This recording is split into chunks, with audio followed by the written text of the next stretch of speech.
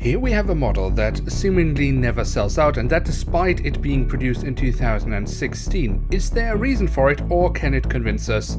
We find out right after the drop.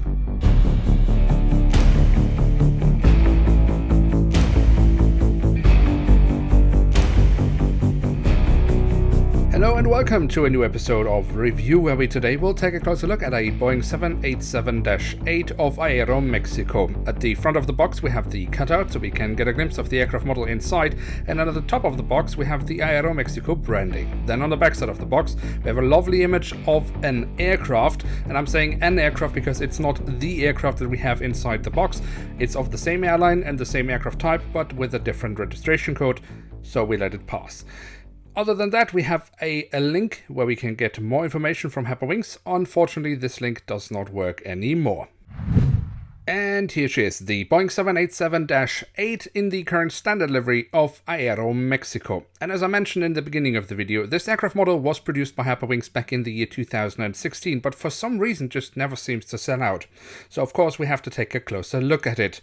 And we start off with the tail section where we, on the vertical stabilizer, find the iconic AeroMexico branding. On top of that, we have three numbers. That's an internal registration code, or the three numbers of the actual registration code of the aircraft, which we find on the fuselage, where we also have the Dreamliner branding. And at the very tail of the aircraft we then also have a little bit of detailing around the APU exhaust. Then following the red cheat line, we come to the front of the aircraft where we have across the fuselage the writing of AeroMexico, and we also have the flag of Mexico. We also find the Sky Team logo, of which AeroMexico is a full member. The detailing around the cockpit could perhaps be the reason why this aircraft model hasn't sold that much, because there is barely any. I mean, we have the cockpit windows and we have the window wipers.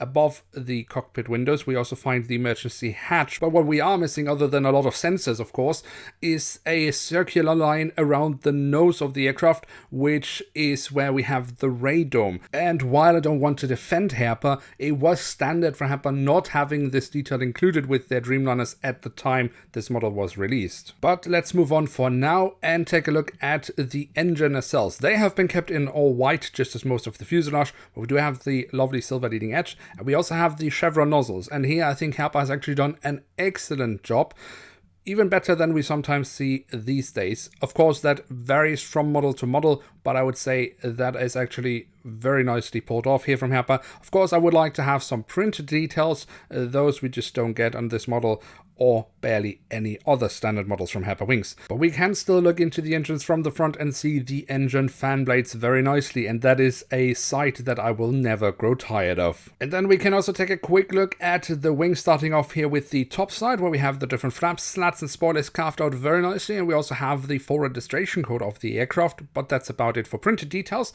The full registration code we then also find again on the underside, which I also think looks rather okay. Then we can also take a quick look here on the belly, since we already here, and I think this is one of the aircraft where Herpa really pulls it off nicely, the ram air intakes. Also nice is the landing gear on this aircraft model. It is the standard landing gear for all their Dreamliners, however I think Herpa is doing rather well with that. Also the front landing gear I think is perfectly fine. The only thing I'm missing here is of course a little bit of printed details. Unfortunately, as always, we only get those with Herpa Wings Club models. And then last but certainly not least, we also have the doors to the cargo compartments here at the back side of the aircraft, and here at the front of the aircraft. So there we have it, the Boeing 787-8 in the current standard livery of AeroMexico from Herpa Wings in scale 1 to 500. And what can we say about this aircraft model? Now, the print quality itself is excellent, but of course there are some details missing. Most notably the circular line around the nose, indicating the radome. We could also have had a few more printed details, for example on the wings. That is however something we sometimes get in more recent releases, but sometimes also not. The physical detailing of the model is just fine. I really can't find any faults here. I was particularly impressed by the chevron nozzles on this model. They were really pulled off to perfection. So what is it? Why does this model never sell out? Well, maybe it's just the overall lack of detailing. It's just the basic details. If you had any less, you would probably not recognize it as an aircraft anymore.